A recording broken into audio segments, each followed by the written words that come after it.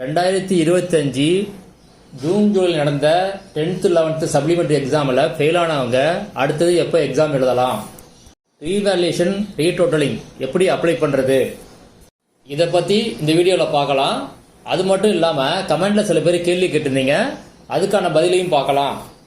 முதல்ல இப்போ ஃபெயில் ஆனவங்க நெக்ஸ்ட் எப்போ எக்ஸாம் எழுதுறது அப்படின்னா 2026 மார்ச் ஏப்ரலில் தான் நீங்கள் எக்ஸாம் எழுத முடியும். அதுவும் அந்த பப்ளிக் எக்ஸாம் இருக்கு பார்த்தீங்களா, 2026 பப்ளிக் எக்ஸாம், அதில் தான் நீங்கள் எழுத முடியும். சில பேர் செப்டம்பர் அக்டோபரில் எழுதலாம்னு சொல்லுவாங்க, ஆனால் அந்த பேட்டர்ன்லாம் முடிஞ்சிச்சு, இப்போ அந்த மாதிரி எழுத முடியாது. வருஷத்துக்கு 2 டைம் தான் நீங்கள் எழுத முடியும். அதுவும் மார்ச் ஏப்ரல், அடுத்து ஜூன் ஜூலை, அவ்வளோதான் முடிஞ்சிச்சு. இனிமேல் 2026 மார்ச் ஏப்ரலில் தான் நீங்கள் எக்ஸாம் எழுத முடியும். இப்போ இந்த மார்ச் 2026 பப்ளிக் எக்ஸாமுக்கு நீங்கள் எப்போ அப்ளை பண்ணணும் அப்படின்னா டிசம்பர் மந்த்து 2nd வீக்கில் அப்ளை பண்ணுற மாதிரி இருக்கும். இதுக்கான அனௌன்ஸ்மெண்ட் டிசம்பர் 1st வீக்கில் அனௌன்ஸ் பண்ணுவாங்க. இதுக்கான time table October month release பண்ணுவாங்க. எல்லாத்தையும் நான் அப்டேட் பண்ணுறேன், மிஸ் பண்ணாமல் பாருங்கள். 10th பொறுத்த வரைக்கும் சயின்ஸ் ப்ராக்டிக்கல் நீங்கள் ஃபெயில் ஆகிருந்தீங்க அப்படின்னா நெக்ஸ்ட் மந்த் உங்களுக்கு ப்ராக்டிக்கல் எக்ஸாமுக்கு நீங்கள் கிளாஸுக்கு அப்ளை பண்ணுற மாதிரி இருக்கும். அதனால் மிஸ் பண்ணாமல் வீடியோ பாருங்கள், அந்த வீடியோ நான் அப்டேட் பண்ணுறேன். சில பேர் கேட்டிருந்தீங்க ரீவேல்யூஷன் ரீடோட்டலிங் அப்ளை பண்ணலாமான்னு கேட்டிருந்தீங்க. கண்டிப்பாக அப்ளை பண்ணலாம். ரீவேல்யூஷன் ரீடோட்டலிங் அப்ளை பண்ணுறதுக்கு முன்னாடி உங்கள் ஆன்சர் காப்பி, அதாவது ஸ்கேன் காப்பியை நீங்கள் வாங்கணும். அதுக்கு ஸ்கேன் காப்பி அப்ளிகேஷன் ரிலீஸ் பண்ணுவாங்க. அந்த அப்ளிகேஷனை தான் நீங்கள் ஃபில்அப் பண்ணி சப்மிட் பண்ணணும். ஸ்கேன் காப்பி அப்ளிகேஷன் 10th-க்கும் 11th-க்கும் இன்னும் ரிலீஸ் பண்ணல. ரிலீஸ் பண்ண உடனே நான் வீடியோ அப்டேட் பண்ணுறேன். இது அப்ளை பண்ணுறதுக்கான ஃபீஸ் வந்து 275 ரூபா ஃபீஸ் கட்டி நீங்கள் அப்ளை பண்ணணும். எங்கே அப்ளை பண்ணணும் அப்படின்னா உங்கள் டிஸ்ட்ரிக்ட் டிஓ ஆஃபீஸில் இல்லைன்னா சிஇஓ ஆஃபீஸில் நீங்கள் அப்ளை பண்ணணும். அதுக்கான அட்ரஸ் நான் கொடுக்குறேன். அடுத்த வீடியோ மிஸ் பண்ணாமல் பாருங்கள். ஸ்கேன் காப்பி நீங்கள் அப்ளை பண்ணி டவுன்லோட் பண்ணவங்க மட்டும்தான் ரீவேல்யூஷன் ரீடோட்டலிங் அப்ளை பண்ண முடியும். மறுபடியும் ஞாபகப்படுத்துகிறேன், ஆகஸ்ட் 4th and 5th தான் உங்களுக்கு அப்ளை பண்ணுற டேட்டு, மிஸ் பண்ணிடாதீங்க. கமெண்டில் ராஜேஷ் ரிதேஷ் இந்த ஐடியில் வந்து கேட்டிருக்காங்க. என்ன கேட்டிருக்காங்க அப்படின்னா சப்ளிமெண்ட்ரி எக்ஸாமில் ஃபெயில் ஆகிட்டேன், நெக்ஸ்ட் என்ன பண்ணணும் அப்படின்னு கேட்டிருக்கீங்க. நெக்ஸ்ட் எக்ஸாம் 2026 மார்ச் ஏப்ரலில் நடக்கும். அதுக்கு டிசம்பர் மாதம் நீங்கள் அப்ளை பண்ணுற மாதிரி இருக்கும். அக்டோபரில் இதுக்கான டைம் டேபிள் ரிலீஸ் பண்ணுவாங்க. அடுத்தது கிரண் அருண் இந்த ஐடியில் என்ன கேட்டிருக்காங்க அப்படின்னு பார்க்கலாம்.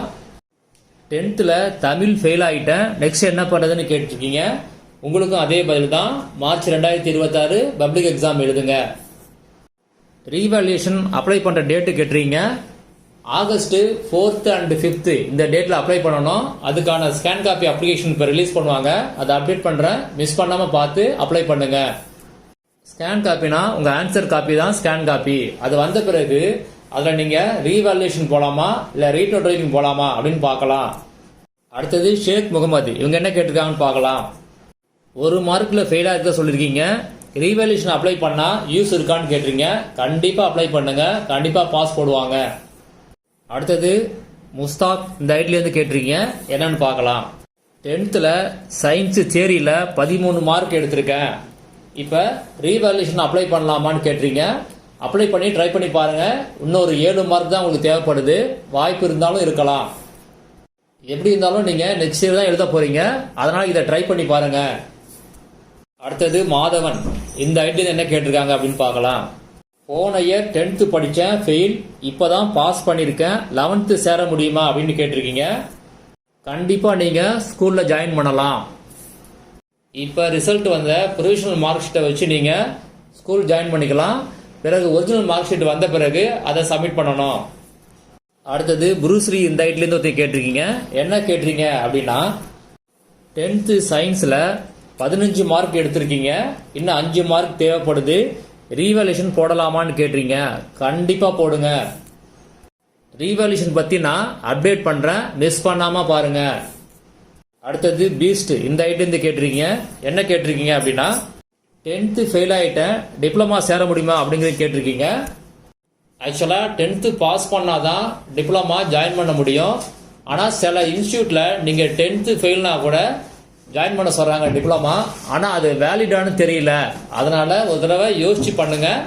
எங்கேயுமே வந்து நீங்கள் 10th பாஸ் பண்ணாதான் டிப்ளமா ஜாயின் பண்ண முடியும். அதுதான் ஒரிஜினல்.